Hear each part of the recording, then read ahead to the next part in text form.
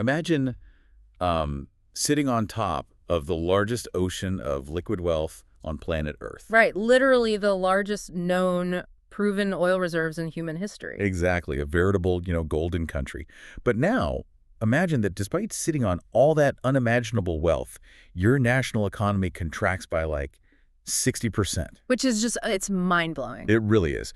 The money in your wallet loses so much value so fast that you literally stop counting it. You have to weigh it on a scale just to buy a single loaf of bread. Yeah, and your country's institutional efficiency drops from, the global middle of the pack right down to the bottom 1%. So today, we aren't just looking at a normal economic downturn. We are analyzing the hard data behind a total systemic implosion. Yeah. Welcome to another deep dive. It's a paradox, right? It totally challenges the fundamental assumptions we make about national wealth. Oh, 100%. Because we're conditioned to think that abundant natural resources provide this permanent baseline of security, like a floor that a country simply cannot fall below. Like, you have oil, you're fine. Right. But the data we are looking at today tells a much, much darker story about what actually happens when the institutional bedrock beneath all that wealth just turns to sand. Okay, let's unpack this. We have a monumental, completely data-driven academic report in front of us today. And the data set is massive. It is.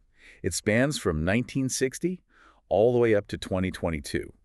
It covers the macroeconomic indicators, governance percentiles, education metrics, basically the literal survival space of the population of Venezuela. Yeah, and we should probably mention the elephant in the room here. Yeah, good point. Because this specific collapse is, it's used as a massive political football across the globe, we are totally throwing out the rhetoric today. Right. No left-wing or right-wing talking points. Exactly. We aren't looking at political speeches. We aren't naming politicians.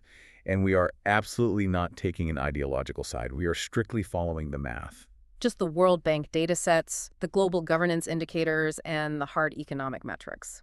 Right. We just want to see what actually happens in the engine room of a collapsing state. Well, the numbers themselves are profound enough. You don't need political spin when the data clearly maps out the physical and structural mechanics of how a modern nation state just unspools. So let's start by looking at the sheer scale of the financial collapse. Yeah. We need to translate this massive abstract tragedy into the hard data, starting with the GDP. And the numbers here are, frankly, terrifying. They really are. From 2014 to 2019, the data shows Venezuela experienced 5 consecutive years of severe negative growth. 5 years? Yeah. And if you follow global economics, a normal, painful recession might see a country's GDP drop by, 1 or 2%? Yeah, and people panic at 2%. Right. But in 2018, the data shows Venezuela's GDP growth at negative 19.65%. Wow. And then it's worse. In 2019, it hit a staggering negative 27.65%.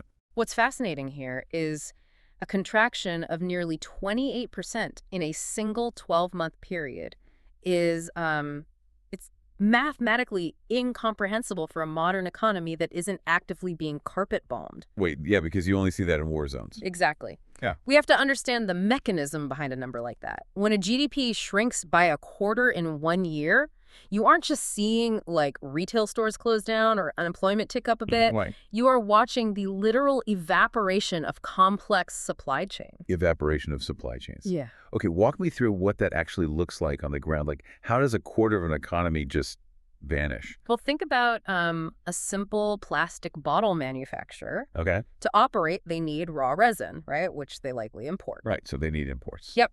And they need reliable electricity to run the injection molds. They need a functional banking system to secure letters of credit to pay their overseas suppliers. Ah, yeah, the international banking piece. Exactly. They need roads to transport the final product. And critically, they need a consumer base with enough purchasing power to actually buy the bottled water. Makes sense. So when a GDP contracts by 27.65%, it means every single one of those links has simultaneously snapped. All at once. All at once. The bank can't issue credit because the currency is volatile. The port can't process the resin because the customs software is down. The power grid fails, shutting off the molds. Wow. When you see numbers this extreme, it reflects a cascading failure. The physical capacity to produce basic goods just ceases to exist. And the total aggregate numbers reflect that complete cessation, right? Like Yeah. if we look at constant 2015 US dollars. Which is crucial, by the way. Yeah, exactly, because it strips out the noise of inflation and currency devaluation. It gives us a real apples-to-apples picture of purchasing power over time. Right. So looking at that, the total GDP shrank from roughly $139.1 billion in 2013 to just $51 billion in 2021. That's a contraction of more than 60% in less than a decade. 60%. The speed of that wealth destruction is historically unprecedented for a nation at peace. It fundamentally reshapes the material reality of every single citizen within those borders. And we see that immediately when we look at the gross national income, or GNI, per capita. Well, the GNI chart, yeah. I was just looking at that chart, and the GNI line literally looks like it falls off a cliff. It really does. For context, for you listening, GNI per capita essentially measures the average income of a citizen. In 2011, the per capita GNI, again in constant 2015 dollars, was $4,490. Okay, a solid middle income baseline. Right. But by 2020, that number had plummeted to an almost unbelievable $17. $17. $17 for an entire year's average income. It forces a society to regress completely. We typically only see per capita income drop from mid-tier developing nation status down to $17 when a nation's physical infrastructure has been, leveled by warfare. But there were no bombs here. No, here, the bridges and buildings were physically intact, at least initially.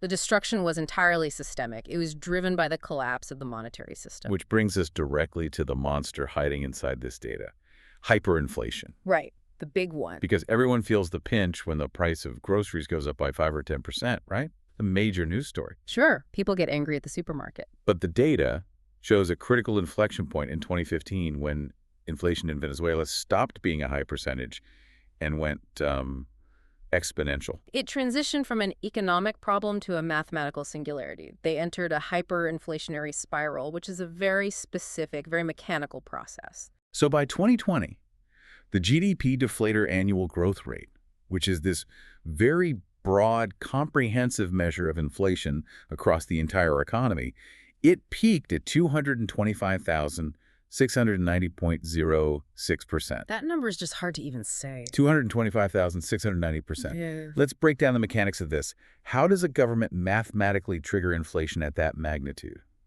Because it doesn't just happen by accident. No, definitely not an accident. It happens when a state loses access to all other forms of revenue and borrowing, but still has massive fiscal obligations. Like paying public workers. Exactly. Paying millions of public sector workers, funding pensions, subsidizing fuel. When the oil revenue dried up, the government couldn't borrow on the international bond markets because investors knew they couldn't pay it back. So nobody would lend to them. Right. So they resorted to the only lever they had left. Debt monetization. Which means? They essentially ordered their central bank to create digital money out of thin air to cover the fiscal deficit. But wait, if they are printing money to pay the teachers and the street sweepers, why does it destroy the economy? I mean, they are getting paid, right? Yes, but remember the supply chain collapse we just talked about. Oh, right, the factories shutting down. Exactly. The government is flooding the economy with trillions of new currency units, but the actual physical amount of goods, the rice, the bread, the medicine, is shrinking. So you have more money chasing fewer things. You have an ocean of new money chasing a shrinking pool of real goods. The moment that new money hits the street, merchants instantly raise prices to compensate. So then the next month? The next month, the government has to print even more money to cover those new higher prices. It's an endless, accelerating feedback loop. It's sort of like a company suffering from infinite stock dilution. That's a great way to put it. Like, if a company issues 1 billion new shares every single day, the share you hold in your hand becomes mathematically worthless, regardless of what the underlying company is actually doing. That is a highly accurate analogy. And we have to pause and really understand what a 225,000% inflation rate does to the psychology of a society. Right, the human element of it. At that level, the concept of a price tag just ceases to exist. A fiat currency is, at its absolute core, just a mechanism of trust. You trust the paper in your wallet. You trust that the digital ones and zeros in your bank account today will represent roughly the same amount of purchasing power tomorrow. Hyperinflation severs that trust entirely. So if you're listening to this and looking at your retirement account right now, you assume that money is a battery, right? It's storing your past labor for future use. Yes, a battery of labor. Under this level of hyperinflation, that battery drains to zero in a matter of hours. Literally hours. If you get paid your monthly salary in the morning, it might be worth half as much by the time you clock out and go to the grocery store in the evening. People were literally rushing to spend their paychecks the exact minute they receive them. That behavior is called the velocity of money. And in hyperinflation, the velocity approaches the speed of light. Money turns into a hot potato. Nobody wants to hold it. No one wants to hold it for even a second. It destroys the banking sector entirely because, think about it, no bank can issue a loan when the principal paid back a year later won't even buy a piece of candy. Right. It obliterates the credit markets, making all long-term business planning totally impossible. It's the ultimate regressive tax. It wipes out the savings of the middle and lower classes instantly. Okay. But looking at all of this, the 60% GDP contraction, the $17 GNI, the 225,000% inflation, I have to push back with the core paradox we started with. Okay, let's hear it. How does a country with the largest proven oil reserves on the planet actually run out of money? Like, if your currency is collapsing, why not just pump more oil, sell it on the global market for US dollars, and stabilize your central bank? Well, to answer why they couldn't just pump their way out of the crisis, we have to examine a massive blind spot in how global wealth is traditionally measured. A blind spot. Yeah. We have to look at how the country's wealth was generated during the boom years and why it was, in reality, a catastrophic accounting illusion. An accounting illusion. Okay, I'm looking at the gross savings data from the early 2000s, before the collapse, and it looks incredibly healthy. It does look good on paper. Right. The data shows gross savings hovering around 20 to 30% of GDP for a long time.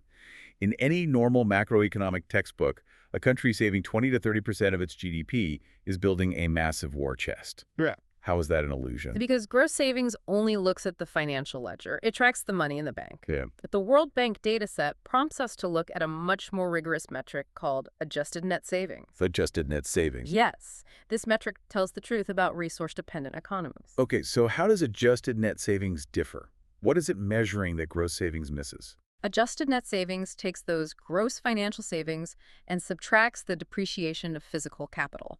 So your roads wearing down, your factories aging. Normal wear and tear. Exactly. But crucially for Venezuela, it also subtracts the depletion of natural resources. Oh. It treats oil not as an endless river of free income, but as an asset on a balance sheet. When you pump a barrel of oil out of the ground and sell it, you haven't technically generated new wealth. You have just converted a physical asset into a liquid asset. So it's measuring the liquidation of the country's natural capital. Precisely. And when you factor that in, the chart drastically changes. The data shows that when you subtract the depletion of natural resources, the adjusted net savings in Venezuela frequently dives deep into the negative. Deep into the red. Specifically, the data notes that energy depletion accounted for up to 27.7% of the gross national income. If we connect this to the bigger picture, it means they weren't building sustainable wealth at all. They were cannibalizing their natural capital.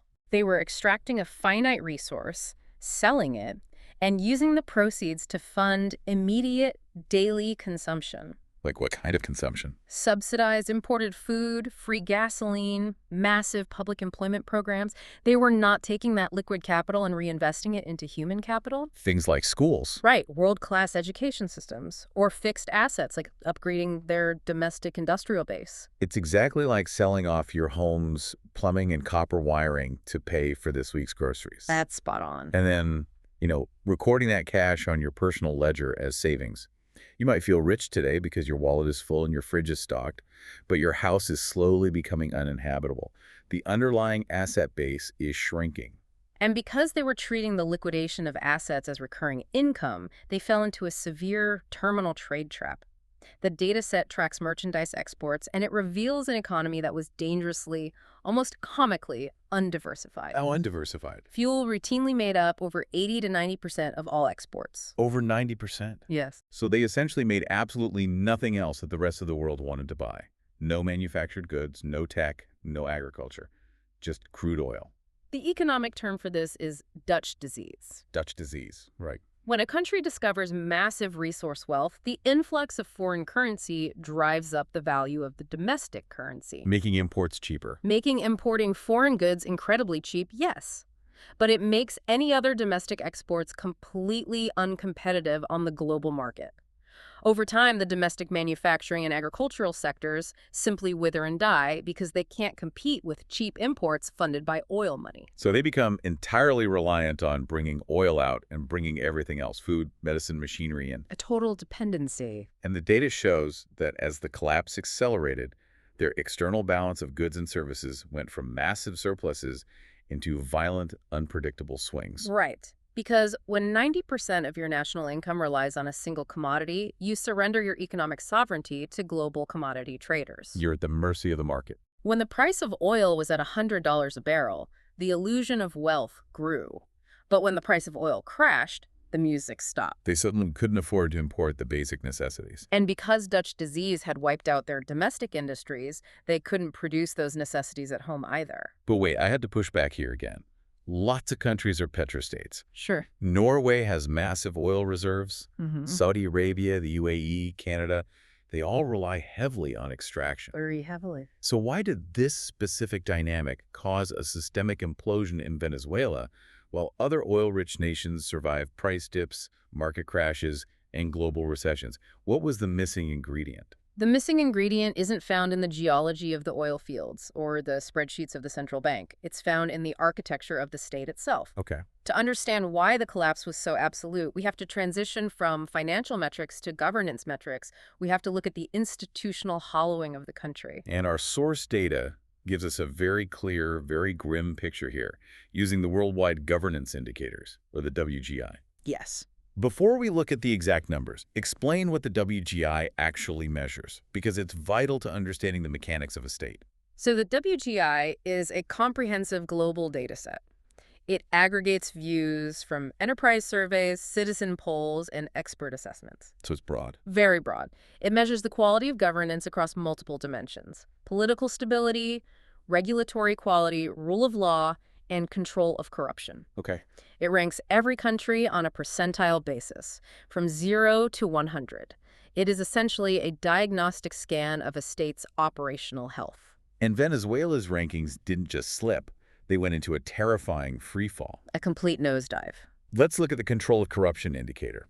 In 1996, the data shows Venezuela sitting at the 35.4th percentile globally. Not amazing. Right. It's in the bottom half, but it's a functional state. Exactly. But by 2021, that number had plummeted to a dismal 1.41 percentile. The bottom 1% of the entire world. And the rule of law index is even worse. The data shows it hovering near the 0.47 percentile. 0.47. Placing it at the absolute bottom globally. Less than half of 1% of nations on Earth had a worse measurement for a rule of law.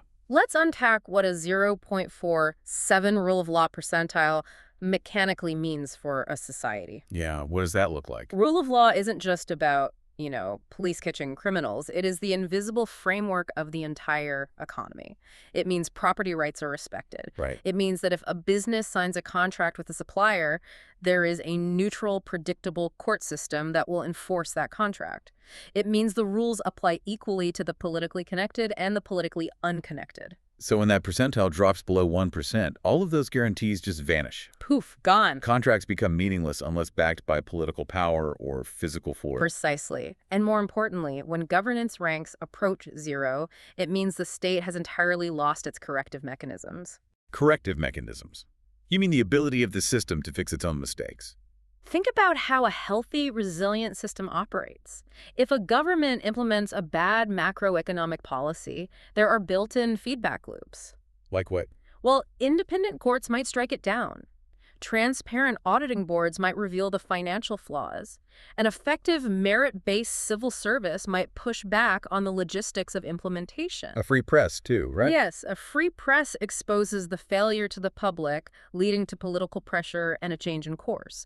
Those are corrective mechanisms. They act as shock absorbers. But if your control of corruption is at the first percentile, those shock absorbers are gone. Exactly. Without feedback loops, a bad policy decision isn't identified and corrected. it is doubled down on, because admitting failure threatens the power structure. Wow. The corruption indicator dropping to the 1.41 percentile means that public power is being exercised almost exclusively for private gain. So the state isn't a state anymore? The state ceases to be an entity that provides public goods and instead transforms into a mechanism for resource extraction by whoever holds the levers of power. The third WGI metric in the data is government effectiveness, and the trajectory is identical. Just as bad. In the year 2000, government effectiveness sat at the 34.42 percentile. By 2020, it had crashed to the 1.9 percentile. And it's stayed there. Yeah, the data notes it remained consistently below the 5th percentile for the entire decade of the 2010s. Government effectiveness measures the quality of public services,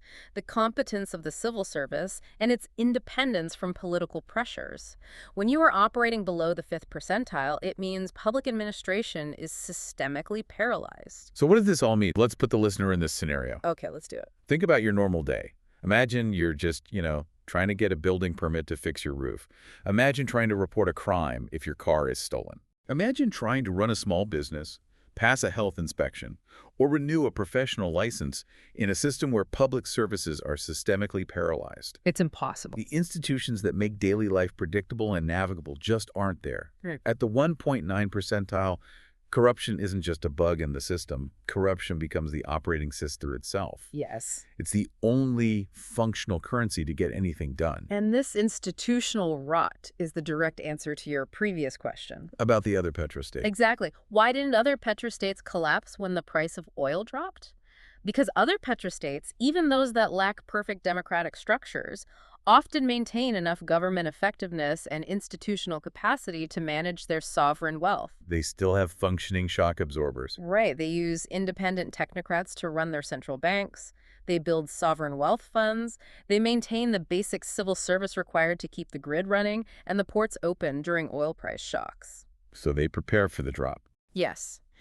When Venezuela's oil revenue dropped, there was no institutional bedrock to catch the fall. The state oil company had been drained of its engineers and replaced with political appointees. Wow. The central bank had been stripped of its independence. The rot had already hollowed out the foundations. Which means when the economic storm hit, there was nothing shielding the population. Nothing at all. The institutions failed, the money evaporated, and the people bore the absolute brunt of the catastrophe. That leads us directly into the data on the human cost. The most tragic part of the data set. And the numbers here show a complete, devastating collapse of human capital, starting with the education system. We noted earlier that true national wealth involves investing the proceeds of natural resources into human capital. Education is the ultimate leading indicator for a country's future economic viability. And historically, the data shows Venezuela was actually doing incredibly well here. They were. The metrics show that primary gross enrollment was over 100% in the past, meaning virtually every child. And even some older adults, catching up on schooling, were enrolled in primary education. It was a point of national pride. Absolutely. But heading into the 2010s, the out-of-school numbers surged dramatically. By 2018, the data indicates there were nearly 400,000 primary-age children entirely out of school. A loss of 400,000 primary students is a gaping wound in a nation's future demographic dividend. Yeah. But we have to look beyond just enrollment. The World Bank tracks a metric called learning poverty. Learning poverty. This metric acknowledges that it's not just about whether a child is physically sitting at a desk in a classroom, it's about whether they are actually learning to read and comprehend a basic text by age 10. Right, because physical presence doesn't equal education, especially when the system around the school is collapsing. Exactly. The data shows that the pupil-teacher ratio sharply worsened around 2014. Which perfectly aligns with the onset of hyperinflation. Think about it. If a teacher's monthly salary, paid in the local currency, can suddenly only buy a single carton of eggs, They can't survive. that teacher cannot afford to go to work. They have to leave the classroom and find ways to secure food, either in the illicit economy or by leaving the country entirely. The classrooms were emptying of qualified educators. Here's where it gets really interesting, though, or really grim, I should say. After 2015, something deeply alarming happens in the data set. The blackout. Venezuela simply vanishes from international educational assessments. The line on the chart just ends. They stopped reporting the data. That absence of data is, in itself, a glaring institutional indicator. How so? It represents either a complete loss of state statistical capacity, meaning the government genuinely no longer had the logistical ability to test students and aggregate the results, or it represents a deliberate choice to hide the severity of the educational collapse from the international community. Neither option is good. No. When a nation stops measuring learning, it has surrendered. The children who managed to attend school were likely trapped in a paralyzed system, facing extreme resource shortages, no electricity, and no teachers. They weren't learning. And the terrifying lag effect of education data is what really stands out here. The delayed impact. If you have a decade where hundreds of thousands of children are not learning basic skills, that doesn't just hurt your GDP today, it cripples your workforce for the next 50 years. It mathematically guarantees generational poverty. You are taking the potential engineers, doctors, and innovators of the year 2040, and you are sacrificing them to fill an unfillable fiscal black hole in the present. And for those who realized their future was being consumed and who had the means or the desperation to act, the answer was simply to leave. The exodus. The dataset tracks asylum seekers, and the numbers here paint a picture of a historical migration. Asylum seekers originating from Venezuela went from just 1,154 people in 2013 A tiny number. to a staggering 971,106 by 2021. That is nearly a 40-fold increase in just 8 years. 40-fold. And keep in mind, that specific metric only tracks formal asylum seekers, people who navigated international legal systems to officially request protection. So it's an undercount. A massive undercount. It does not capture the totality of the displaced population. It doesn't count the millions of people who crossed borders informally into Colombia, Brazil, and beyond, simply looking for informal work to send remittances back home to feed their families. Estimates put the total displaced population in the millions. We always hear the term brain drain when a country loses its doctors and engineers to better-paying jobs abroad. Right. But looking at this data, brain drain is entirely the wrong term. This isn't just losing the top tier of professionals. This looks like a total demographic unspooling of the working class, the middle class, and the professional class, all simultaneously. It's an emptying out. How does a country ever recover if the entire next generation is either uneducated due to a collapsed school system or physically living in another country? It is incredibly difficult, and it requires a generational timeline. This is widely considered one of the most severe humanitarian crises in the Western Hemisphere this century. I believe it. Rebuilding physical infrastructure, a bridge, a power plant, is just a matter of securing capital and engineering blueprints. Rebuilding a displaced and undereducated population takes decades. Furthermore, it requires reestablishing trust in the state. And trust is at the 1.41 percentile. Exactly. As we saw with the governance indicators, trust is near zero. Why would a skilled diaspora return to a country with a 0.47 rule of law? And what about the people who stayed? Because millions of people could not leave or chose not to leave their homes. The ones left behind. For them, the physical and social environment around them began to decay, shrinking what the report calls their survival space. Survival space is a highly clinical but horribly accurate term. When the institutions vanish, the literal physical environment becomes hostile to human life. We look at the data on security. The intentional homicide rate spiked from 20.19 per 100,000 people in 1995 to 52.00 per 100,000 in 2017. A massive jump. And the data notes specifically that female victims rose synchronously, indicating a broad systemic breakdown in social order, not just isolated gang violence.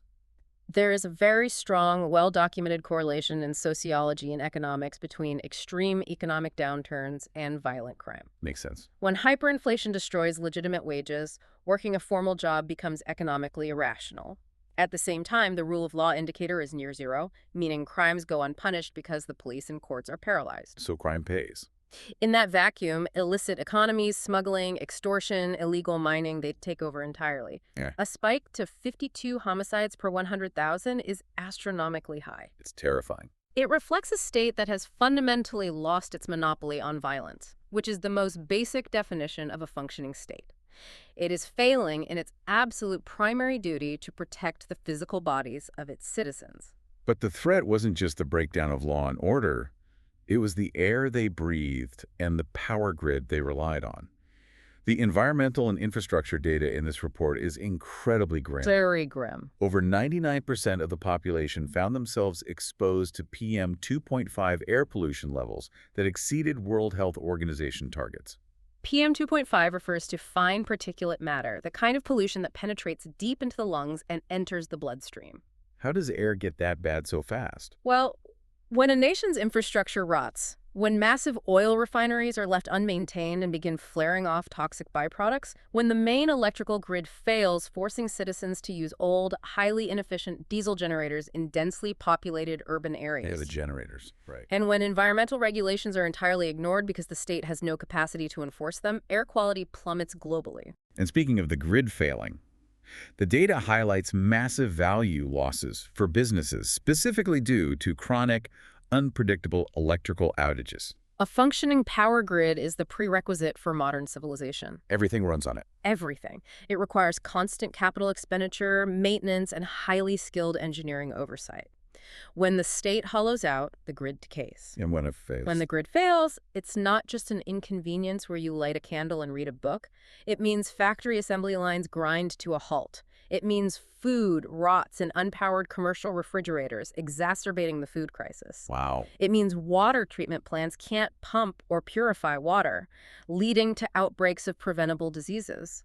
The failing grid reflects a complete cessation of basic state maintenance. I really want you to envision this, to put yourself in this environment. It's a lot to process. Think about your daily routine. Waking up, getting the kids ready for school, commuting to work, doing your job, coming home, cooking dinner.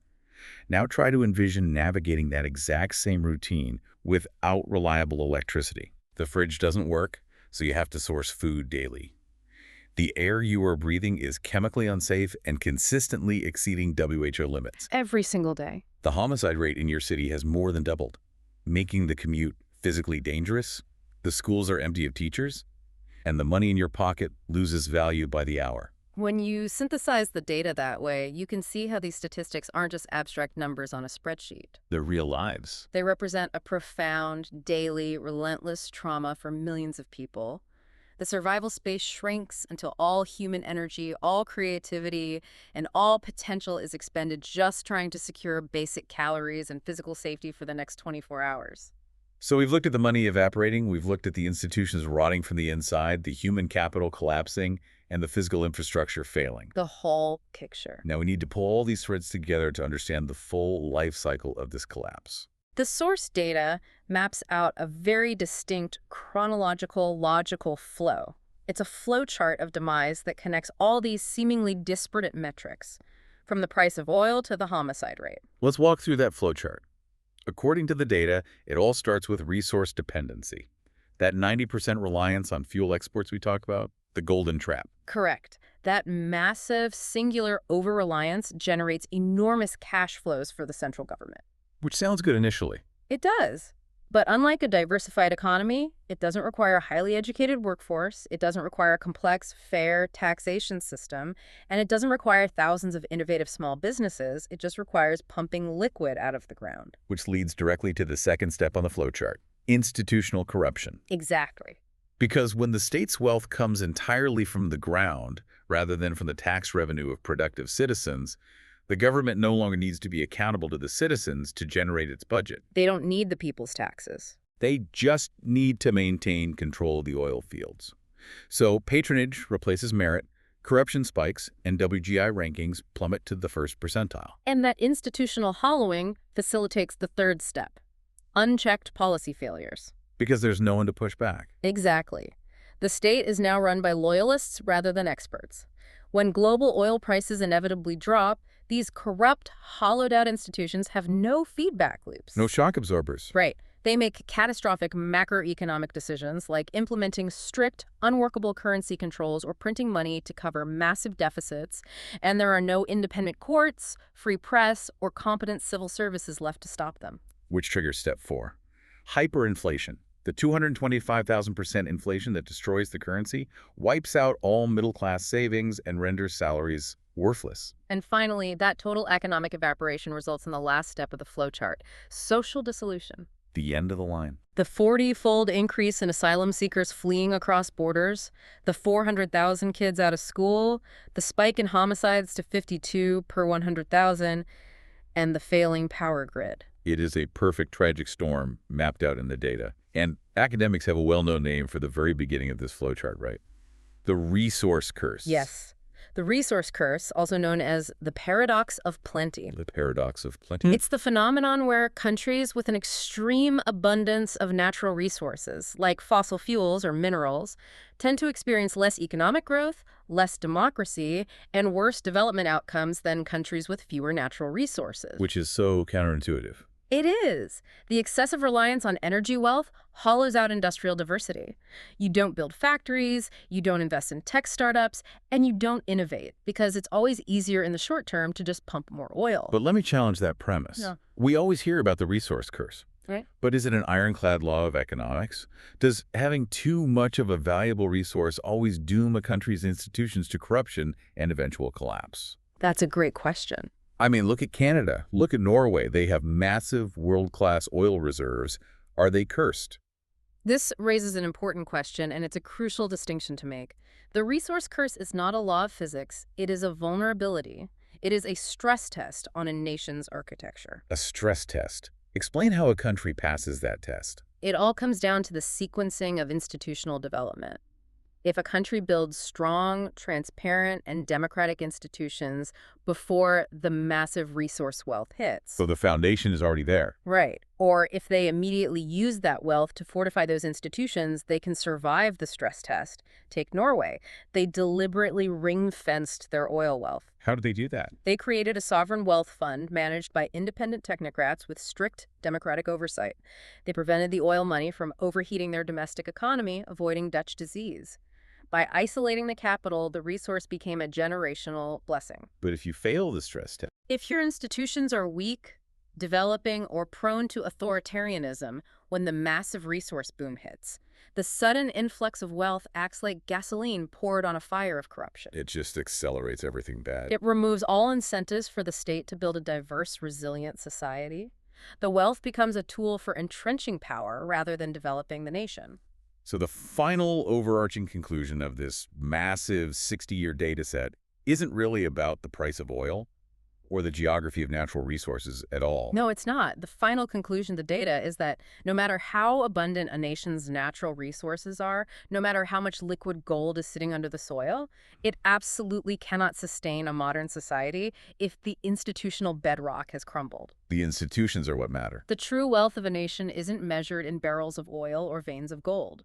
The true wealth of a nation is its institutions, the boring administrative machinery of civilization. It's paperwork. The rule of law, the predictability of courts, the competence of the civil service, the independence of the central bank, the integrity of auditing boards. When those drop to the first percentile, the natural wealth above them becomes completely meaningless. That is an incredibly sobering reality. We've traced a truly heavy journey through this data today. We really have. We started by looking at a nation that possessed the greatest oil reserves on the planet, a country that had functional wealth and massive potential. And through the relentless, impartial lens of data spanning decades, we watched it transform. It's a stark timeline. We saw the mechanics of a 60% GDP contraction. We mapped out how 225,000% hyperinflation turns daily life into a desperate barter system. Yeah. We watched government effectiveness drop to the bottom 1% of the globe, which in turn collapsed the schools, spiked the homicide rates, and caused an exodus of nearly 1 million asylum seekers. It is a stark reminder that macroeconomic charts, inflation indices, and governance percentiles aren't just academic exercises. They're not just math. They translate directly and sometimes violently into human flourishing or human suffering. The data tells a clear story of systemic implosion where the loss of institutional integrity preceded the loss of absolutely everything else. We really want to thank you for joining us on this heavy but vital exploration of the data. It's not an easy topic to digest, but understanding the precise mechanics of how a complex society functions and the specific pathways of how it fails is exactly why we do these deep dives. Understanding these mechanisms, recognizing the symptoms of institutional decay, and applying critical thinking are our best defenses against repeating these historical patterns. And as we wrap up, I want to leave you with a lingering thought. We tend to look around at our own lives, our own cities, and our own countries, and we assume that modern, developed institutions are permanent fixtures of reality. We take them for granted. We assume that the systems providing our electricity, our banking, and our rule of law are unsinkable. But seeing how rapidly a wealthy nation's foundations can dissolve, seeing a country fall from the middle of the pack to the first percentile of effectiveness in just a couple of decades, it forces us to look in the mirror. It definitely should. Are the economic safety nets and political institutions in your country truly permanent? Or are we all just a few years of unchecked policy failures and broken feedback loops away from our own institutional hollowing? If the world's largest reserves of endless natural wealth can't protect a nation from collapse, what truly does? Think about that. Until next time.